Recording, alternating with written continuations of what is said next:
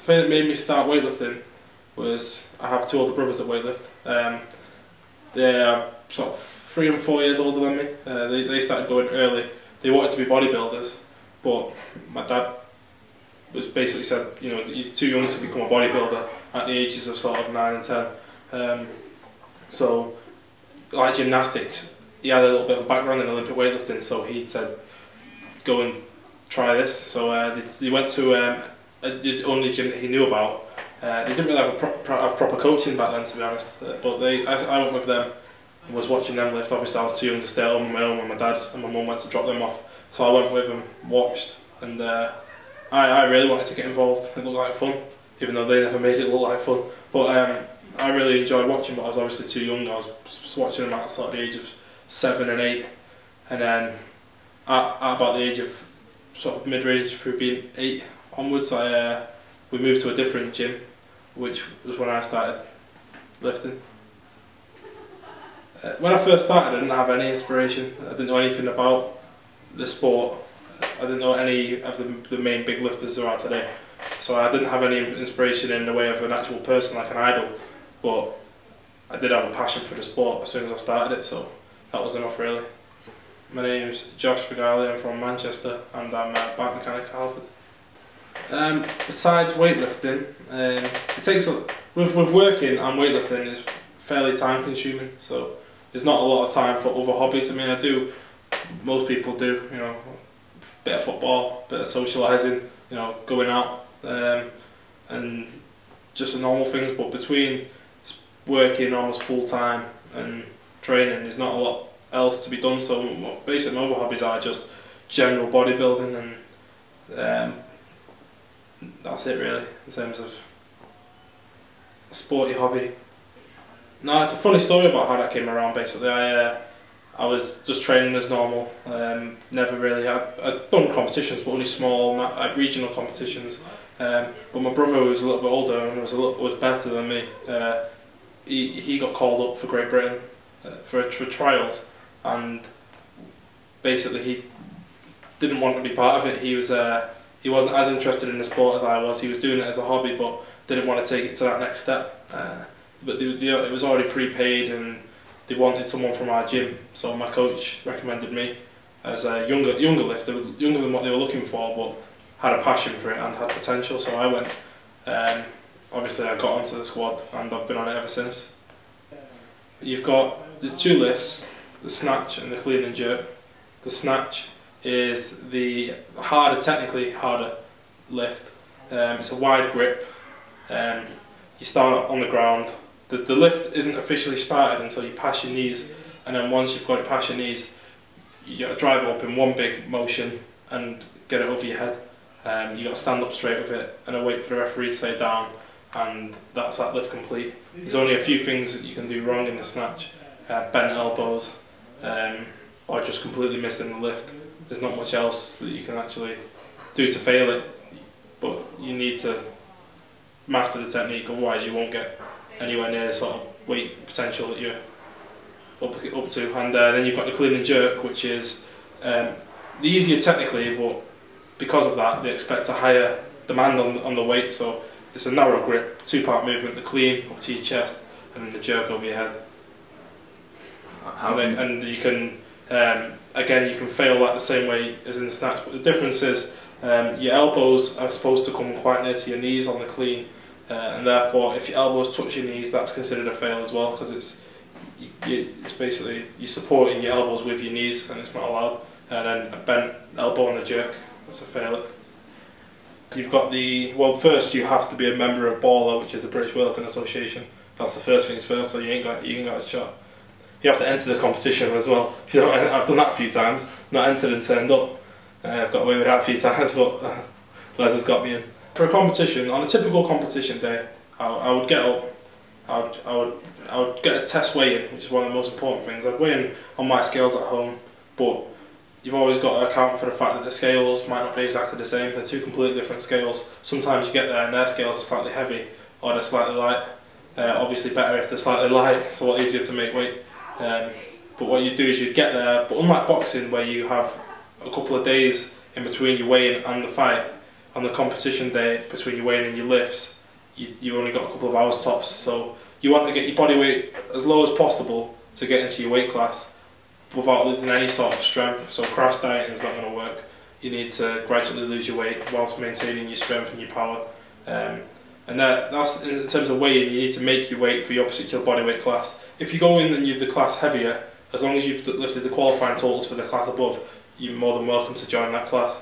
It's just going to be a harder competition with heavier people. So if you're not supposed to be in that class, you're better off being in the one that you're naturally suited for. Otherwise, it's going to be a tough competition. And in terms of the lifts, you've got 3 coaches, 3 referees, should I say, centre and right and left. They get all angles of your lift to make sure that you're not doing any of the bent elbows or the elbows touching the knees or just completely failing it. They have all angles covered, and they're the main. It's quite simple, really, quite straightforward. You get a minute between the person that's lifted before you.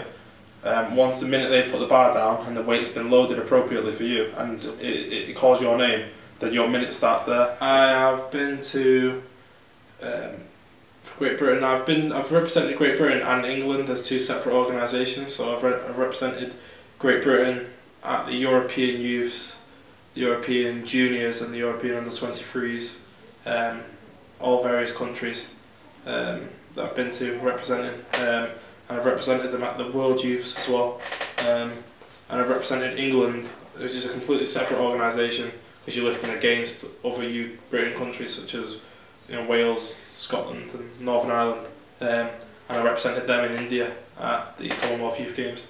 To represent Great Britain at the Olympics was the highest achievement in weightlifting. It would just be, it's the ultimate goal for any weightlifter. It's the biggest competition in the world and it means pretty much everything. I've won loads. I put all my first trophies to the front too, in case you can see them. I never realised until I went onto the Great Britain squad. I mean, when I first went onto it, we didn't have a lot of knowledge of your diet and other things that weren't weightlifting. We used to go and meet and we used to weightlift. We didn't talk about any of the other things like sleep and supplements and things like this, and just general every day-to-day things that happen in your life that can directly affect the way you train.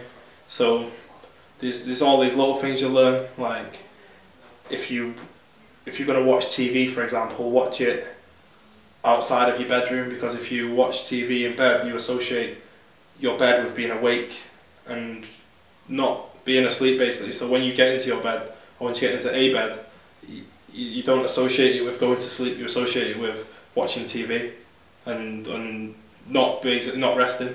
So it can cause sleepless nights, things like this, like these. I mean, it's not definitely proven, these things, but these are all little theories that when you pick up, it helps you to understand a bit better what you could be doing.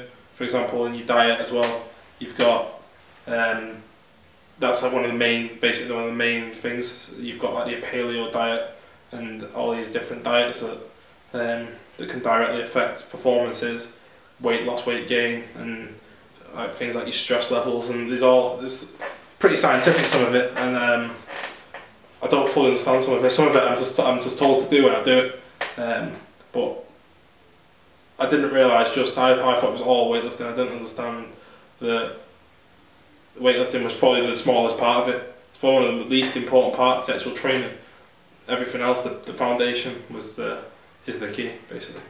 Basically, what I've been told is I started off it was a tight shoulder, because my shoulder was pushed forward and was tight.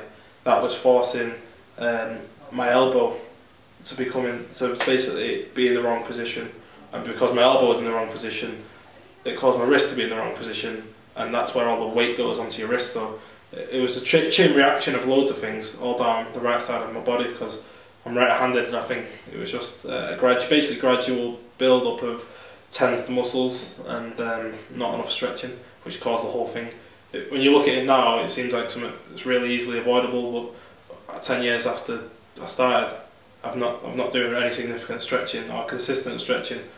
That's what caused a massive problem. I injured my wrist. It's a funny story because it wasn't one particular injury. It wasn't I dropped a weight on it that it's injured. It was just gradual. Lot of hard training over the years, and possibly what my coach keeps telling me was a lack of flexibility and commitment to flexibility and stretching, which I think he's quite right. He told me when I was 9 that it would come back to haunt me in my later years, and he was right. Although I wasn't buying it when I was 9 and 10, but now I'm starting to believe it, and I've got on top of it a bit more now, and I'm doing more flexibility. At first, I chose to ignore it. It was a minor hindrance in my training at first because it wasn't too bad, but obviously it just got worse and worse to the point where I couldn't finish particular lifts and I couldn't do particular movements, and that's when it got to a real problem where I went to see, I saw the physio first, who thought that it was just a bit of swelling, a bit of just needed a bit of ibuprofen or something pretty simple. Just needed to do some small stretches. I went to the doctors and they didn't really have any idea really what it was. Just by looking at it, they didn't have any sort of sports knowledge and background especially in weightlifting, because it's a minority sport and they didn't know much about it basically. But eventually I went to see it. I had an MRI scan, which is when they found that there was other things going on, which I'm not entirely sure what it was, but I had scar tissue and things like that, and that's when I sought some real treatment. Yeah, it was when I went to the doctors, they didn't really, like I said, they didn't really know much, so all their advice was really general. It was just at first they thought that I'd been in a fight. They didn't believe that I'd injured my hand and my wrist, because apparently the most common, when a teenager comes into the doctors, the most common cause of it is being in a fight, and they often have excuses as to why it was. But I was being genuine. I said it was a weightlifting accident. They didn't believe me, but obviously I could tell they didn't believe me. But they saw me anyway, and I think what they did was they just gave me the most general.